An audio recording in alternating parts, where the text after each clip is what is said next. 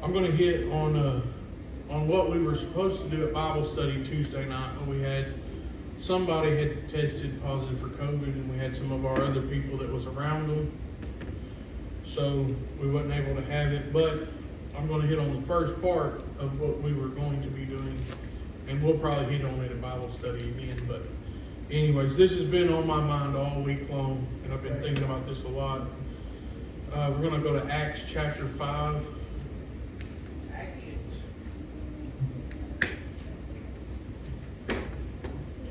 We're going to read verses 1 through 11. And everybody knows this story. It's a very popular story that people hit on a whole lot. It says, "But a certain man named Ananias, with Sapphira his wife, sold a possession and kept back part of the price, his wife also being privy to it, and brought a certain part and laid it at the apostles' feet. But Peter said, Ananias, why has Satan filled thine heart to lie to the Holy Ghost, and to keep back part of the price of the land? Whilst it remained, was it not thine own? And after it was sold, was it not in thine own power? Why hast thou concerned this thing in thine heart? Thou hast not lied unto men, but unto God." And Ananias, hearing these words, fell down and gave up the ghost. And great fear came on all them that heard these things. And the young men arose, wound him up, and carried him out and buried him. And it was about the space of 3 hours after, when his wife, not knowing what was done, came in.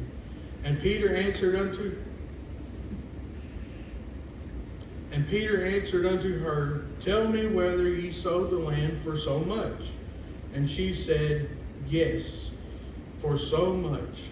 Then Peter said unto her, "How is it that ye have agreed together to tempt the Spirit of the Lord? Behold, the feet of them which have buried thy husband are at the door, and shall carry thee out." Then fell she down straightway at his feet, and yielded up the ghost.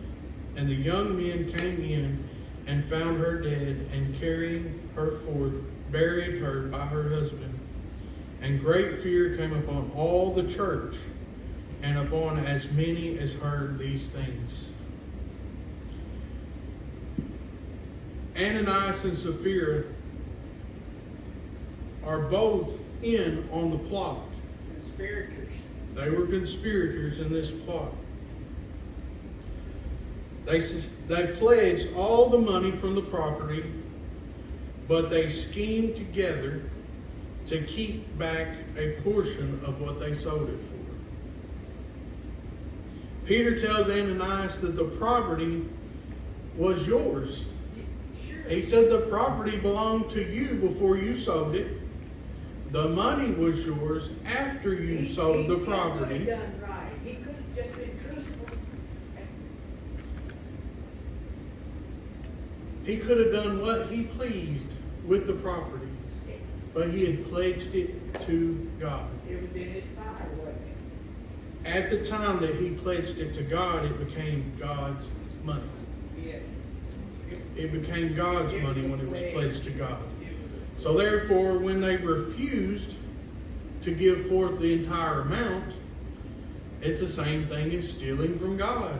They committed fraud. In today's language, it was fraudulent. Who are they trying to hide from? Now, one thing I want to keep in mind from this story is Ananias and Sapphira, they were followers of Christ. They were followers of Christ. Okay.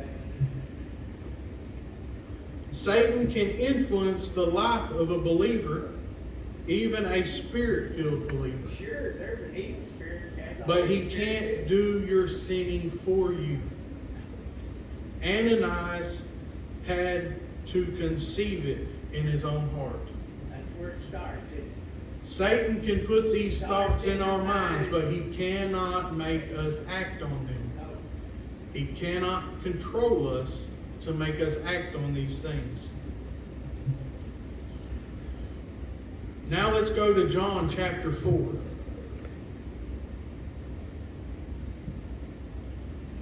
We're going to talk about the woman at the well. And I know it sounds strange going two separate places, but we're going to put these together at the end. Praise God.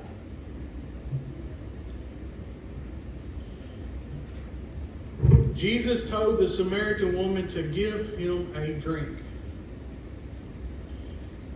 She said, "With you being a Jew, why do you ask me for a drink?" There's a conflict there, aren't there? With you being a Jew, why do you ask me of a drink? Because at the time, Samaritans were despised by the Jews. They thought they were the scum of the earth. They would never ask them to do anything. John 4:10, it says, Jesus answered and said unto her, If thou knewest the gift of God, and who it is that said to thee, Give me to drink, thou wouldest have asked of him, and he would have given thee living water. The woman says, But you have nothing to draw water with.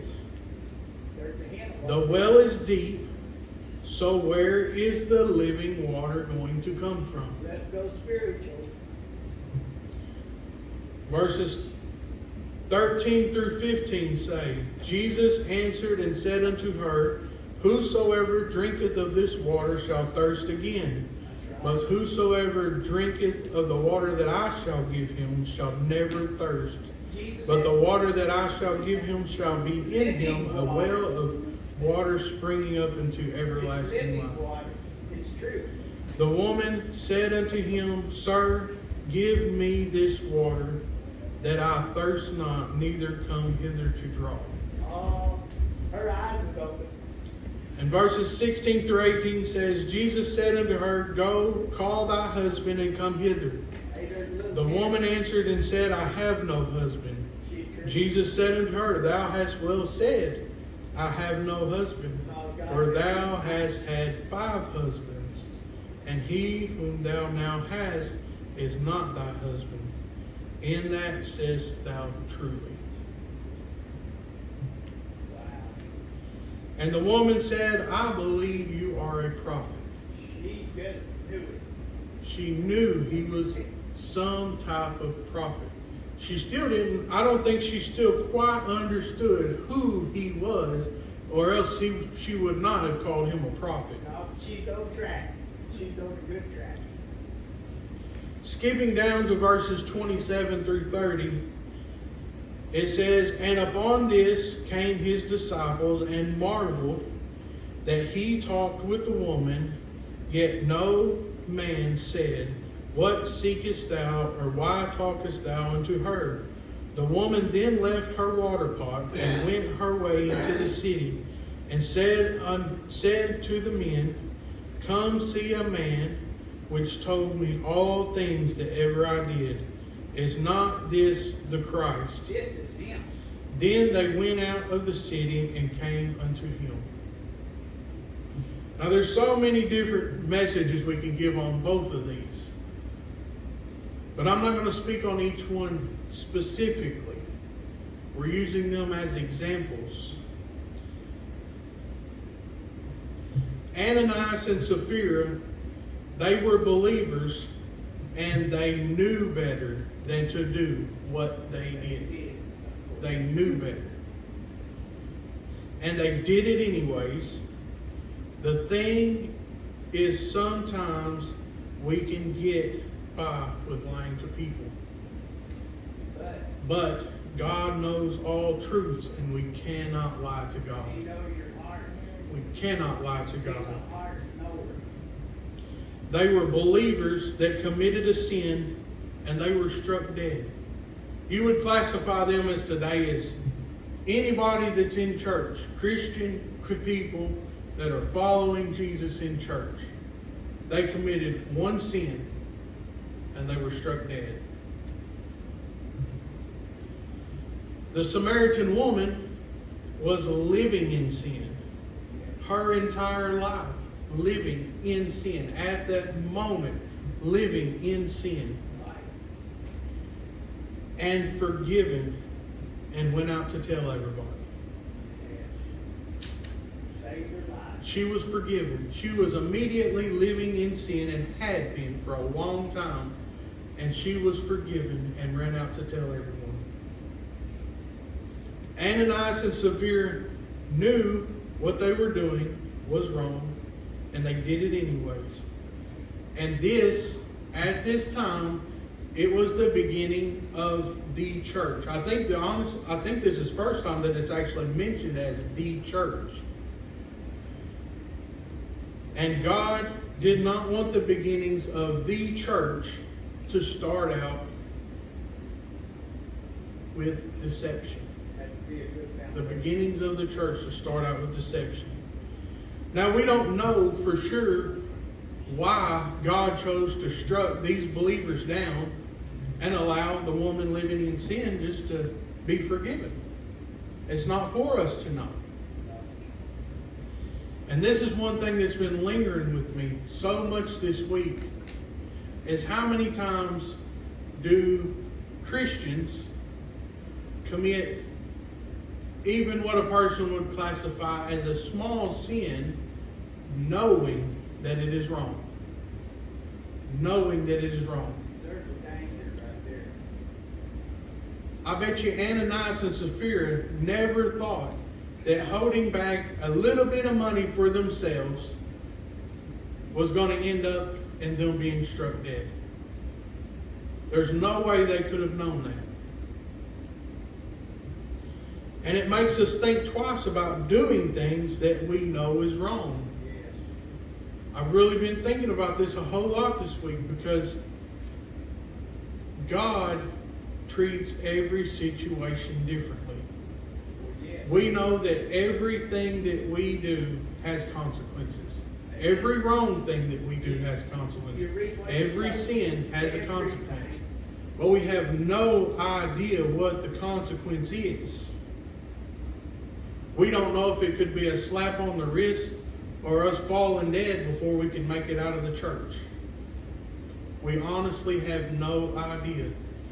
And it really makes me think, even as Christians, we are just as susceptible to being condemned as a sinner. No good thing under the sun. We need to be on guard for the things that we do. We have to be on guard for the things that we do.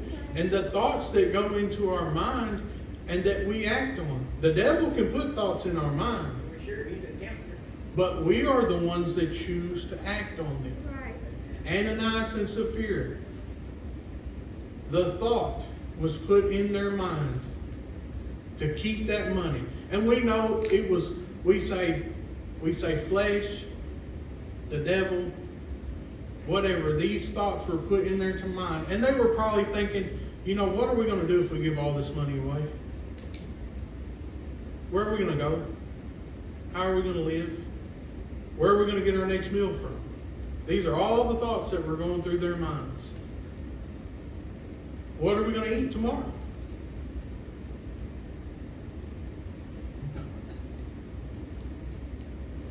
All those thoughts were put in their mind, and everything that they've done, their actions were their own.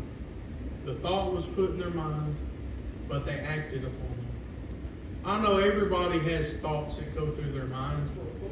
Everybody has thoughts that is not right, and that everyone knows is not right. There's going to be tests constantly. But the thing is do you act on them or not?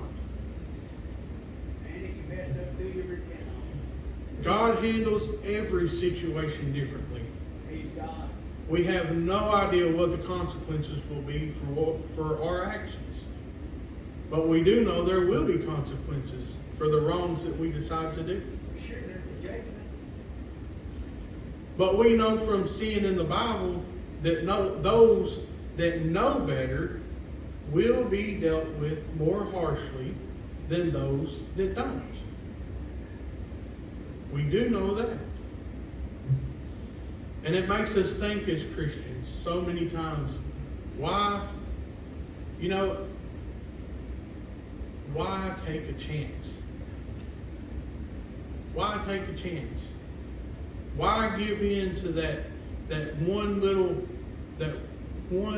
thought that we have going into our minds about wrong things that we should not be doing, that we know is wrong? But we see it every day. We see it every day. You know, God, He is so good to us. Why would we ever want to do anything to disappoint Him? Why would we ever want to do anything to disappoint Him? You know, the story of Ananias and Sapphira, it's pretty harsh. Being struck dead for just keeping a portion back. We don't know if he used this as an example before the church, because it said that the church feared because of this. We don't know exactly what all reasons for sure behind what God does. But we know that God has a plan. And we know that God is so good to us. So why would we take those chances? You know, why would we take a chance?